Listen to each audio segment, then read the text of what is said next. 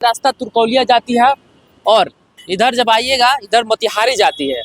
अभी हमारी मौजूदगी है बैरिया बाजार पे। पहले लाइब्रेरी का एक शुभ प्रतिष्ठान का उद्घाटन हुआ है और इस प्रतिष्ठान के बारे में, लाइब्रेरी के बारे में जानने का प्रयास करेंगे। इस डायरेक्टर सर है अनिल सर है, इनसे जानने का प्रयास करेंगे सर इस लाइब्रेरी का खूबसूरती क्या है और लाइब्रेरी में क्या फैसिलिटी है, सरल भाषा में समझा दीजिए बच्चों के लिए। बहुत बहुत स्वागत है सबसे पहले सर आपका। थैंक यू हमारे यहाँ आने के लिए। सबसे बड़ी बात यह है कि लाइब्रेरी खुलने का मेरा सबसे बड़ा मकसद यह था कि हम बच्चों को समय कम देते थे, क्योंकि ऑलरेडी हम अनिल सर कॉम्पिटिटिव क्लासेस के नाम से तुरकोलिया में क्लास चलाते हैं और साथ में गवर्नमेंट पॉलिटेक्निक वेस्ट चंपारण में हम एज ए प्रोफेसर के तौर पे कार्यरत हैं। तो हम मात्र बच्चों को 3 घंटा समय देते हैं और उसके ज़्यादा नहीं दे पाते थे। फिर भी मेरे यहाँ से हर साल रिजल्ट 10, 12, 15 बनता है।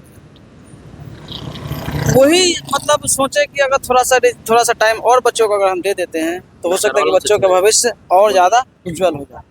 उसके लिए क्या किया कि मैंने खुद अपने ज़मीन में ही स्टडी एंड प्ले नाम से एक लाइब्रेरी खोली, जिसमें बच्चे पढ़ते पढ़ते थक जाए, डिमोटिवेट हो जाए, तो थोड़ा बाहर जा कर के ग्रुप में बैठ कर के पढ़ें और अपने जो माइंड है उसको ज़्यादा ग्रोथ करे और सक्सेस को पाए।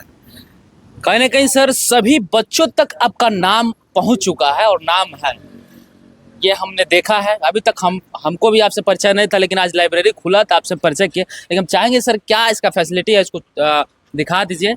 देखिए, इसकी सबसे बड़ी फैसिलिटी यह है कि मतलब हम खुद इस लाइब्रेरी में जो एज ए डायरेक्टर के पद पे यहाँ पे हैं और साथ में हमारे भैया है जो लोको पायलट में सुनील कुमार भैया का इसमें सहयोग रहा है कि मतलब जो फाइनेंशियली प्रॉब्लम था पैसे का, वो मदद की इसमें।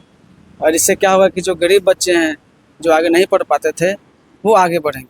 और साथ में हम यहाँ मतलब शाम के 5 बजे से लेकर 11-12 बजे तक हम खुद यहाँ रहेंगे। जो बच्चे ऑनलाइन में फंस जाते हैं, पढ़ते पढ़ते किताब कॉपी फेंक कर पढ़ना छोड़ देते हैं, उनको फिर से जगा करके और फिर खड़ा करके पढ़ाने का काम हम ये कर पाएंगे, हमको पता है, इसलिए ये लाइब्रेरी खोले हैं। और बात है सुविधा का, फिजिकली सुविधा, तो फिजिकली सुविधा में यहाँ पे हमारे यहाँ सबसे पहली बात कि बच्चों को डिस्टर्बेंस ना हो, तो ये पहला गेट है। ये गेट इसलिए लगा हुआ है कि केवल अगर बाहरी अगर कुछ साउंड आता है तो ये जो दूसरा दरवाजा ये रोके रखेगा और जब ये दरवाज़ा बंद होगा, ऑटोमेटिक यहाँ लगा हुआ है बंद करने का क्लोजर, ये बंद होगा तब जाकर ये दूसरा दरवाज़ा खुलेगा और हम लाइब्रेरी में प्रवेश करेंगे। और जैसे ही लाइब्रेरी में हम प्रवेश करेंगे तो सामने आपको लगा हुआ, देखिए यहाँ पे सीसीटीवी कैमरा लगा है। ये सीसीटीवी कैमरा लगा हुआ है। हमने 4 सीसीटीवी कैमरा दिया है जो मतलब साउंड के साथ रिकॉर्ड करेगा। अगर बच्चा थोड़ा सा भी हल्ला करेगा तो उसका इन्फॉर्मेशन हमको मिलेगा।